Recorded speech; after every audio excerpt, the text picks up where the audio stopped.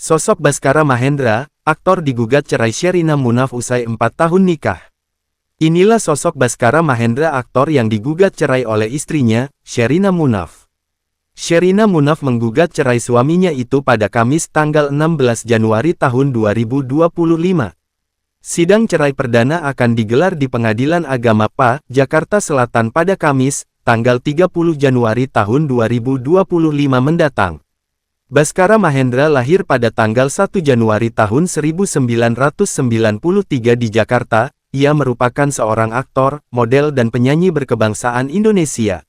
Baskara mengawali kariernya sebagai pegawai kantoran.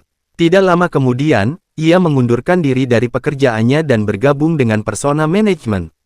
Dari sanalah, Baskara meniti kariernya di dunia hiburan. Pada tahun 2016, Baskara menjadi finalis dari ajang Abang None Jakarta.